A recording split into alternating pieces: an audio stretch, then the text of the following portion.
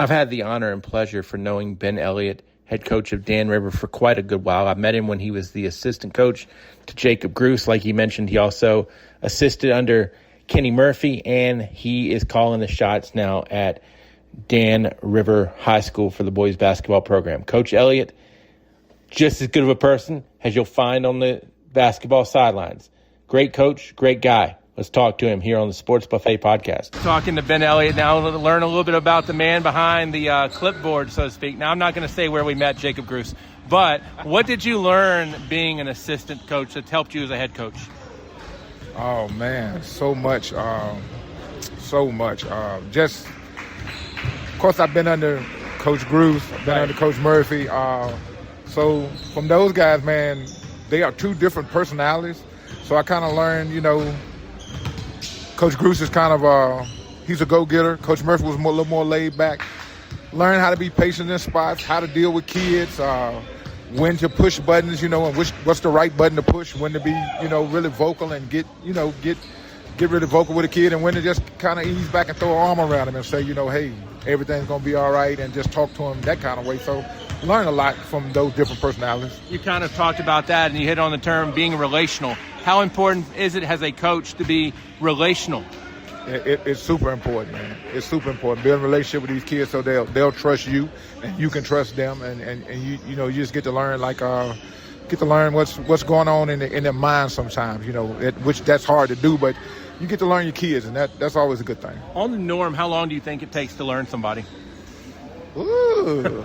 To totally learn them, that's a real long time. But most of our kids that come up, to me, in about 5 or 6 weeks, I pretty much know. And then, like I said, we watch kids on JV and dealt with them. So, we get to get a pretty good idea of who a kid is. Because we're doing a cram session with basketball. If you got to learn your kids, you do have to learn them within 5 to 6 weeks. You might not have that 2 or 3 years. Yeah. Does that make it, how much tougher does that make it? That makes it tough. That makes it tough. We've seen a lot of turnover in our program here in the last few years. So, you be learning kids on the fly. So that's tough. It's not a popular subject in public schools, and it's a little bit, we can only talk about so much. But how important is faith to you? Faith is everything, man. Without Christ, I'm nothing. From where He brought me from in my life, faith is everything to me. I try to live it, preach it, teach it. As a pastor, it's what I do. That's what I'm called to do. Is it harder to write a sermon or to come up with a game plan? Much harder, I think, for a sermon. It all depends. It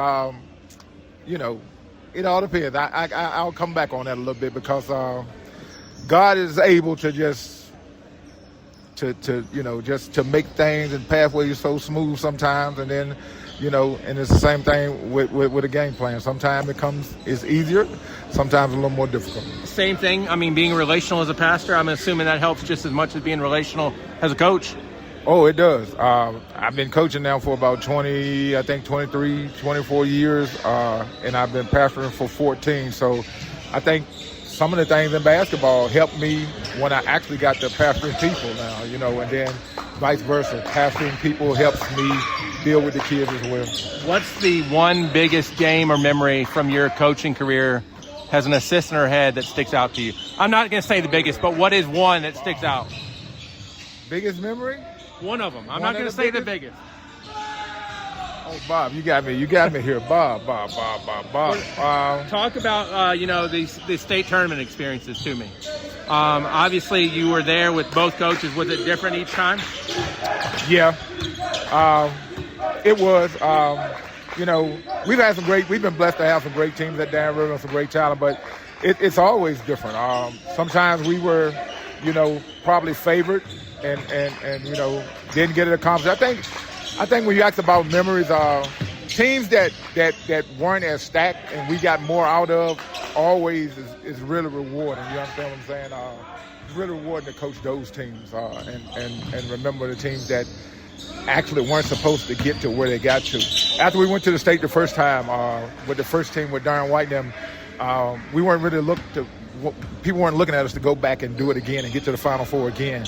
And then we went right back to the Final Four. That's probably one of the most rewarding seasons. I think we went to the Final Four at 14-9. That's one of the most rewarding seasons that I really loved that season. We talked about faith being important. I would say gratitude probably is going to be important to you as well. Yay or nay? Yeah, definitely, man. Definitely. Talk about that first time, because I think, like you said, when people didn't think we're going to be back there, how much did you soak in the first time that you were there as a state tournament participant? Oh, soaked in a lot, man. Again, for Dan River, that was our first time being in the Final Four since like 78 or 77. 2009 was our first time back. So, just soaked up the whole experience, man. It was really kind of mind-blowing for us as a staff. And, Bruce was young, and that was like, our first time, I was young. That far. Yeah, you were young. We were all young, Bob. So, that was a lot, man. And then going back the next year, it kind of, you can sell that dream to the kids all year. Like, guys, it's so much fun getting on the bus. It's so much fun, going to these different places, playing at these colleges, and that next group, kind of brought in all those new guys, kind of brought in to go with the few guys that we had returning. So it was great.